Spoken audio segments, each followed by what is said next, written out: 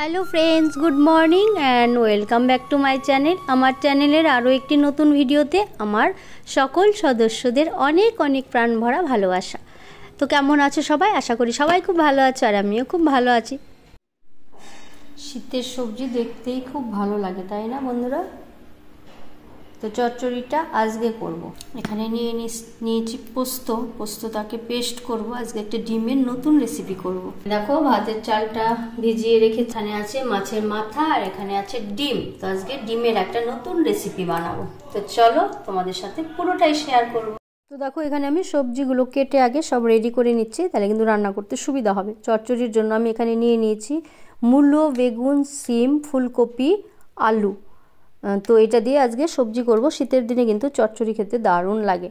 আমার চ্যানেলে চচ্চড়ির রেসিপি পুরোটাই দেওয়া আছে, তোমরা চাইলে আমার চ্যানেলে দেখতে পারো ভিজিট করে।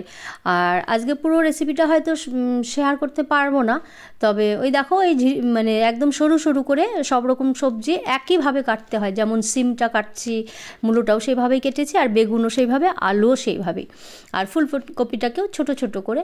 তো যাই হোক, দেখো সবজিগুলো আমি আগে কাটাকুটি করে নিলাম। তো দেখো সবজিগুলো সব কাটা হয়ে গেল। একটু ভালো করে ধুয়ে নেবো। কাটতেই যত সময় লাগে জানো তো, রান্না হতে খুব একটা সময় লাগে না, কিন্তু কাটতেই একটু সময় লাগে। চলো এবার শুরু করব। তো দেখো, তেল গরম হয়ে গেছে। তেলের মধ্যে কালো জিরে ফোড়ন দিতে হয় এই চচ্চড়িতে। তো কালো জিরে ফোড়ন দিয়ে দিলাম, আর এবার বাদ বাকি সবজিগুলোকে আমি দিয়ে দেবো। এটাতে কিন্তু কোনো রকম কোনো মশলা লাগে না। চাইলে নামানোর আগে একটু জিরের গুঁড়ো দিলেও দিতে পারো, আর তাছাড়া নুন হলুদ এটা দিয়ে হয়। আর মাছের মাথা দিলে এমনিতেই টেস্ট হয়। যে কোনো মাছের মাথা দিয়ে করতে পারো। ইলিশ মাছের মাথা দিয়েও যদি এইভাবে করো অসাধারণ লাগবে, আর যে কোনো রুই কাতলা মাথা দিয়ে কিন্তু খুব ভালো লাগে। তো দেখো, আমি এখানে সবজিগুলো দিয়ে দিলাম। তো সব সবজিগুলোকে একই রকমভাবে কিন্তু কেটেছি, নাহলে কিন্তু এইরকম টেস্টটা আসবে না। আর এটা কি বলো তো, ডালের সাথে নয়, এটা ভাতের সাথে মেখে খেতে না অসাধারণ লাগে। মানে এটা হলে আমার আর অন্য কিছু চাই না আর কি, এরকম ব্যাপার। তো যাই হোক, সবজিগুলো দিয়ে দিয়েছি, আর এবার দিয়ে দেবো আমি এতে নুন আর হলুদ দিয়ে দিলে কি হবে বলো তো, সবজিটা মজে যাবে, সেদ্ধটা হয়ে যাবে।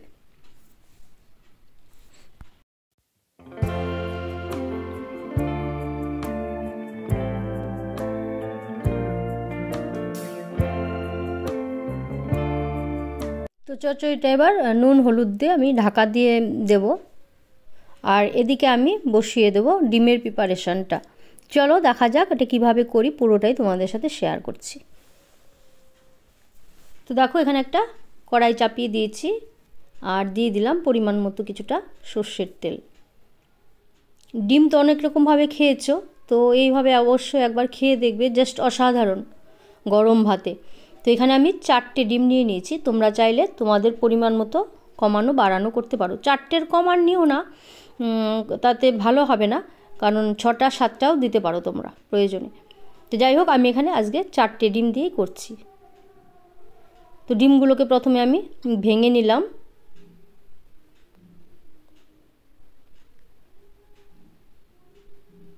আর এতে দেবো আমি পোস্ত আর পেঁয়াজ।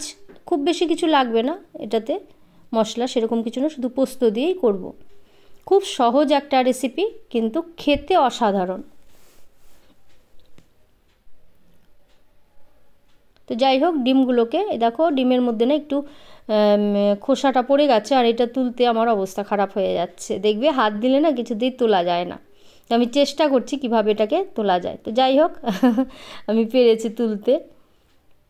তো এটা 4 নম্বর ডিমটাও আমি এবার এর মধ্যে ভেঙে নিলাম, আর এবার এটাকে আমি একটা কাঁচা চামচের সাহায্যে খুব ভালোভাবে ফেটিয়ে নেব। একটু নুন দিতে হবে। খুব সুন্দরভাবে এটাকে ফেটিয়ে নিতে হবে। দিয়ে দিলাম পরিমাণ মতো নুন।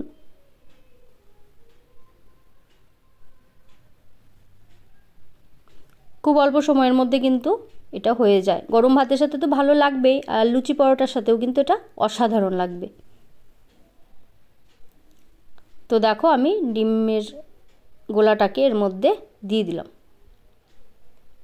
তো তো দিয়ে এটাকে ওই ঝুরি ভাজার মতো যেটা আর কি ওইভাবে আমি এটাকে ফ্রাই করে নেব, মানে ডিমের ভুজিয়া যেটাকে বলে সেরকমভাবে এটাকে আমি ফ্রাই করে নেব। তেলটা কিন্তু একটু পরিমাণে বেশি দিতে হবে, কারণ এতগুলো ডিম এর মধ্যে ভাজা হবে।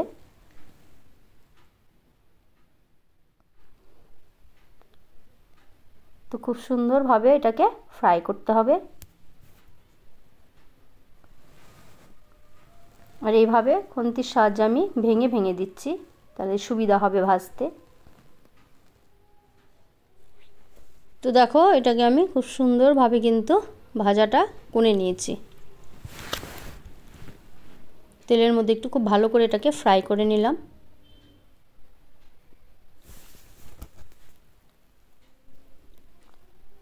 আর এবার আমি এটাকে নামিয়ে নেব।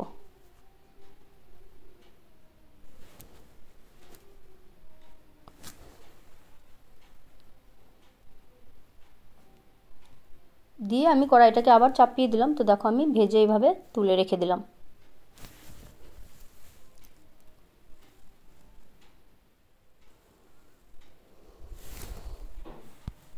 এবার কড়াতে আমি বেশ কিছুটা আরও সর্ষের তেল দিয়ে দিলাম।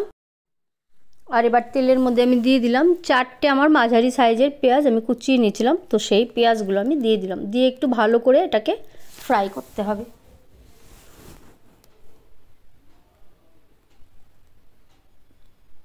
আর আমি একটা টমেটো কেটে রেখেছি, তো পেঁয়াজের কালার চেঞ্জ হয়ে গেছে। এবার আমি এর মধ্যে দিয়ে দেবো একটা টমেটো, কেটে রাখা টমেটো দিয়ে দিলাম, কটা লঙ্কা, কাঁচা লঙ্কা, আর এবার একটু নুন দিয়ে এবার একটু আমি নাড়াচাড়া করে একটু ঢাকা দিয়ে দেবো, তাহলে টমেটোটা একদম নরম হয়ে গলে যাবে। তো এবার ঢাকা খুলে খুব সুন্দরভাবে আরও একটু সময় এটাকে আমি একটু ফ্রাই করে নেব। আর এবার আমি দিয়ে দিলাম, আমি পোস্তটা পেস্ট করে রেখেছিলাম, সেই পেস্ট করে রাখা পোস্তটা দিয়ে দিলাম। পোস্তটা দিয়ে খুব ভালো করে কিন্তু এটা একটু নাড়িয়ে চাড়িয়ে নিতে হবে। আর এবার দিয়ে দিলাম আমি ওই মিক্সির জারটা ধুয়ে একটু জল দিয়ে দিলাম, যাতে খুব ভালো করে একটু এটাকে আমি কষিয়ে নিতে পারি।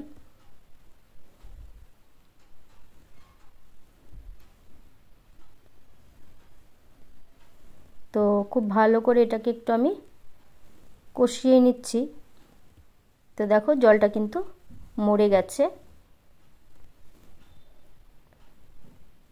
পোস্তর ফ্লেভারটা কিন্তু অসাধারণ লাগে। তো এবার আমি ভেজে রাখা সেই ডিমের ভুজিয়াগুলো দিয়ে দিলাম। খুব অল্প সময়ে কিন্তু এই রেসিপিটা হয়ে যায়। লুচি পরোটার সাথে গরম গরম অসাধারণ লাগবে, ভাতের সাথে দারুণ লেগেছে। আমার মেয়ে তো খেয়ে খুব প্রশংসা, মা খুব ভালো হয়েছে। তো রোজ রোজ একঘেয়ে ডিমের ঝোল খাওয়ার থেকে একদিন যদি এরকমভাবে ট্রাই করা যায় তাহলে কিন্তু মন্দ হয় না। তো এটাকে আমি খুব ভালো করে এর সাথে একটু মিক্স করে নিয়েছি। আর এবার কিন্তু এটা মোটামুটি আমার হয়ে গেছে।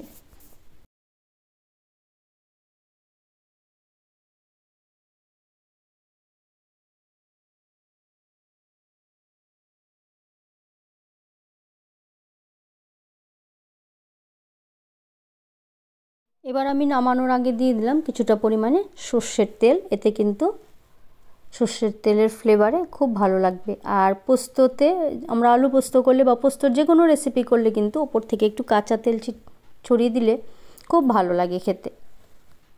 তো দিয়ে আমি খুব সুন্দরভাবে এটাকে একটু নাড়িয়ে চাড়িয়ে দিলাম, যাতে খুব ভালোভাবে সর্ষের তেলটা মিক্স হয়ে যায়। তো দেখো কত সহজে একটা লোভনীয় রেসিপি হয়ে গেছে। এদিকে দেখো আমার চচ্চড়িটা হয়ে গেছে। চচ্চড়ি পুরো রেসিপিটা আজকে শেয়ার করতে পারলাম না, দুটো রেসিপি যেহেতু করেছি আমি। চচ্চড়ি রেসিপি আমার চ্যানেলে আছে, আগে অনেকবার আমি শেয়ার করেছি। দেখো চচ্চড়িটাও হয়ে গেছে, এবার বন্ধ করে দেবো গ্যাস। ভাতটা বসিয়ে দেবো। চলো আমার দুটো রেসিপি কেমন লাগলো অবশ্যই কিন্তু তোমরা কমেন্ট করিয়ে জানিয়ে।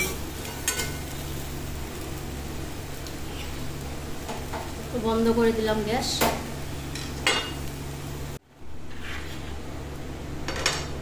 চলো চটপটা নামিয়ে নিচ্ছি। চচ্চড়িটা খেতে কিন্তু দারুণ টেস্টি হয়, তোমরা যারা খেয়েছো তারা জানো। আর শীতের দিনে অনেক রকম সবজি তাতে আরও বেশি টেস্ট হয়।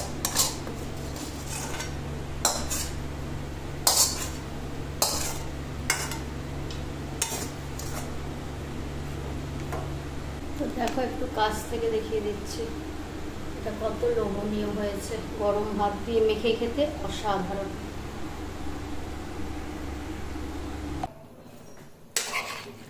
তো চলো আমি এটা নামিয়ে নিচ্ছি।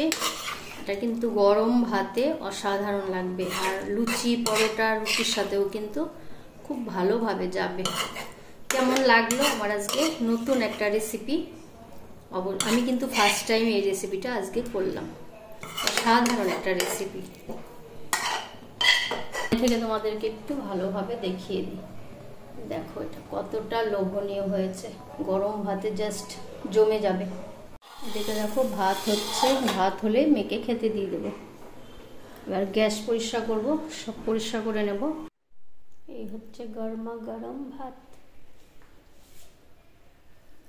তো চলো এবার মেয়েকে খেতে দেবো, মেয়ের ভাতটা বেড়ে নিই। আর তাহলে আজকের ভিডিওটা আর বড় করছি না, এখানেই শেষ করছি।